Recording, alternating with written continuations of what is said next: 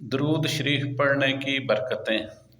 اللہ آپ سب کو درود شریف کی کثرت سے نوازے، آمین ثم آمین۔ انگلینڈ سے ایک ساتھی نے 50 لاکھ درود شریف بھیجا ہے۔ آپ لوگوں کو اگر حضور صلی اللہ علیہ وآلہ وسلم سے عشق ہے تو اس کا عملی نمونہ پیش کریں، اپنے میں طلب پیدا کریں اور زیادہ سے زیادہ درود شریف پڑھیں۔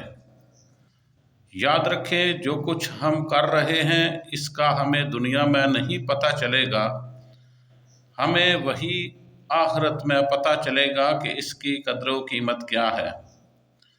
آپ درود شریف پڑھیں، اس کا صلہ آپ کو نہ صرف آخرت میں ملے گا بلکہ اس دنیا میں بھی اس کے بہت زیادہ فائدے ہیں۔ ہم نے اس دنیا میں دوڑ لگا رکھی ہے، ریس لگا رکھی ہے، نتیجہ قیامت میں پتہ چلے گا۔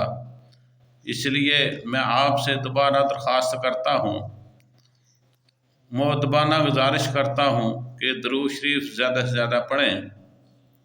اگر آپ کو وقت نہیں ملتا، آپ کی زندگی بہت زیادہ مصروف ہے، دفتر جاتے ہیں، بازار یا کھیت میں جائیں، آپ جہاں کہیں بھی جائیں، آپ نے درود شریف کو بار بار پڑھنا ہے۔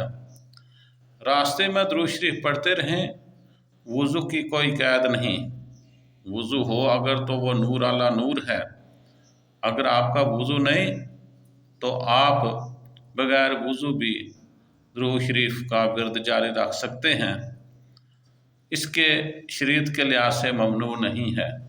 آپ کوشش کریں جیسے جس حالت میں بھی ہیں آپ درود شریف کا ورد جو ہے وہ جاری رکھیں، اس کے لیے وقت کی کوئی پابندی نہیں۔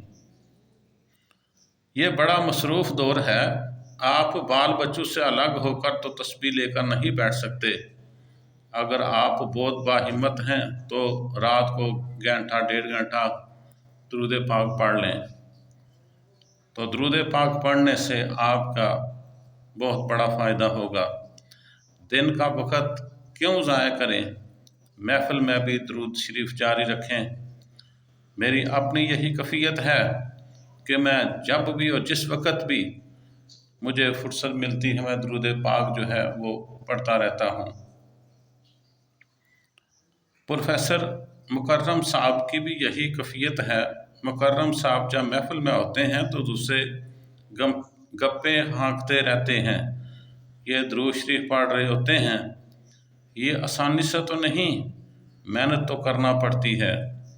آپ لوگ کوشش کریں کہ اگلے سال زیادہ سے زیادہ درود شریف کا نذرانہ اپنے نبی کریم صلی اللہ علیہ وآلہ وسلم کی بارگاہ اقدس میں پیش کریں۔